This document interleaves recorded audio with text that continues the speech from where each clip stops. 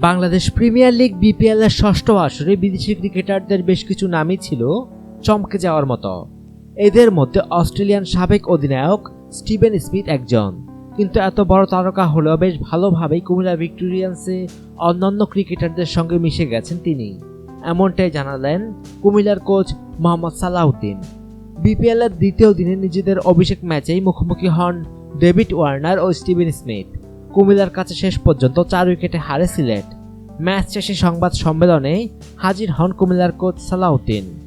জানালেন নতুন অধিনায়ক স্মিথের সঙ্গে দলের বোঝাপড়া তার অধিনায়কত্বের ধরন সম্পর্কে। সালাউদ্দিন বলেন, সে খুবই ইতিবাচক, সবাইকে বোঝার চেষ্টা করেছে।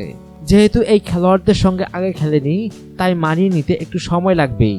তবে দল জিতলে মানিয়ে ওঠা দ্রুত হয়। একই সঙ্গে বলবো, আমাদেরও দায়িত্ব আছে তার সঙ্গে যত দ্রুত সম্ভব মানিয়ে ওঠা। আমাদের বসে থাকলে চলবে না। তবে সে মাঠে খুবই সক্রিয়। তামিম আমাকে সেদিন বলেছিল যে আমাকে তো দৌড়ের উপর রাখছে, খুব কষ্ট করতে হচ্ছে। যেহেতু স্মিথ খুব ভালো একজন খেলোয়াড় এবং অধিনায়ক হিসাবে ইতিবাচক, আমার মনে হয় সবকিছুর সঙ্গে তিনি দ্রুতই মানিয়ে উঠতে পারবেন। প্রথমবারের মতো বিপিএল খেলতে এলেও অধিনায়ক হিসেবে দল বেশ সিরিয়াসলি নিয়ন্ত্রণ করেন স্মিথ। পাশাপাশি দলের সদস্যদের সঙ্গে তার বোঝাপড়াও বেশ। সালাউদ্দিন বলেন, ওর সাথে খেলোয়াড়দের কমিউনিকেশন কেমন হচ্ছে সেটা বলা কঠিন। আমাকে হয়তো অ্যাডজাস্ট করতে হবে, স্মিথকেও অ্যাডজাস্ট করতে হবে, কারণ দেশি ও বিদেশি খেলোয়াড়দের মধ্যে সমন্বয় করা কঠিন। একটু কঠিন হলেও দলের স্বার্থে আমাদেরকে মানিয়ে নিতে হবে। আমার কাছে মনে হচ্ছে ও অনেক পজিটিভ এবং সে খেলাটা খুব ভালো চিন্তা করে। যদি খেলা 10 ওভারে থাকে তাহলে সে 2 ওভার পর কি হবে সেটা নিয়ে চিন্তা করে। তার এদিকটা দেখে বেশ ভালো লেগেছে। তামিমের খুব কষ্ট হয়েছে আজকে।